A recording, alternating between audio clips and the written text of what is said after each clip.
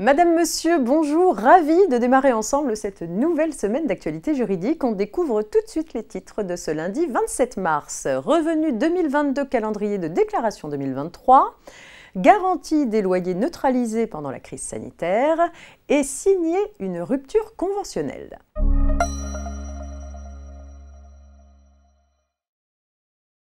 Le calendrier de déclaration 2023 a été officialisé par Bercy il y a quelques jours. Le service de la déclaration en ligne ouvrira donc ses portes le 13 avril prochain et selon leur département de résidence, les contribuables devront souscrire leur déclaration sur leur espace personnel sur impôts.gouv.fr entre le 25 mai et le 8 juin 2023.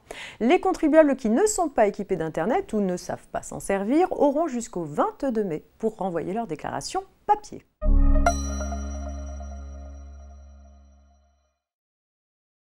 Pour aider les entreprises locataires obligées de fermer ou de restreindre leur activité pendant la crise sanitaire, la loi avait instauré des mesures temporaires destinées à soulager leur trésorerie. Les plus affectés par la crise pouvaient ainsi suspendre le paiement des loyers et charges locatives de leur local commercial sans encourir de sanctions. Elles bénéficiaient en outre de la neutralisation des sûretés, garantissant le paiement des loyers et charges locatives concernés. Impacté par ce dispositif de faveur, un bailleur commercial a cru pouvoir y échapper en invoquant la garantie à première demande qu'une banque avait auparavant consentie à son profit à son locataire commercial. Celui-ci avait cessé de verser les loyers à la suite de la fermeture de son commerce du fait des restrictions sanitaires. Sans attendre, son bailleur a demandé à la banque de lui régler le montant de la garantie à première demande.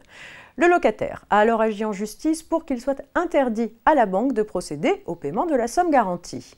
Le juge lui donne gain de cause, estimant que la garantie à première demande relève bien de la mesure de suspension des sûretés, garantissant le paiement des loyers ou charges locatives afférentes aux locaux professionnels ou commerciaux. Par conséquent, sa mise en œuvre était interdite avant l'expiration d'un délai de 2 mois suivant le jour où la mesure de police administrative avait pris fin.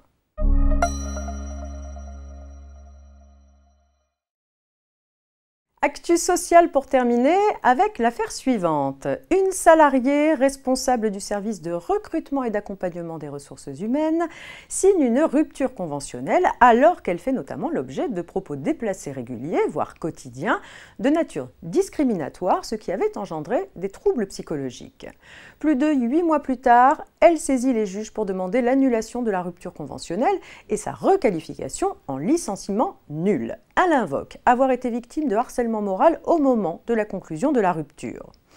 Il est vrai qu'une rupture conventionnelle du contrat de travail est valable sous réserve notamment que l'employeur et le salarié y aient librement consenti. À défaut, la convention est nulle.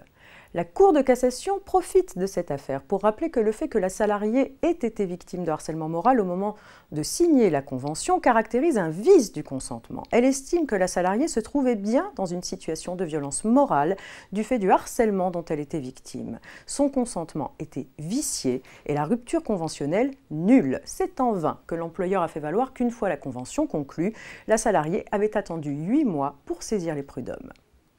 Fin de ce JT, on se retrouve demain mardi. Très bon début de semaine à toutes et à tous.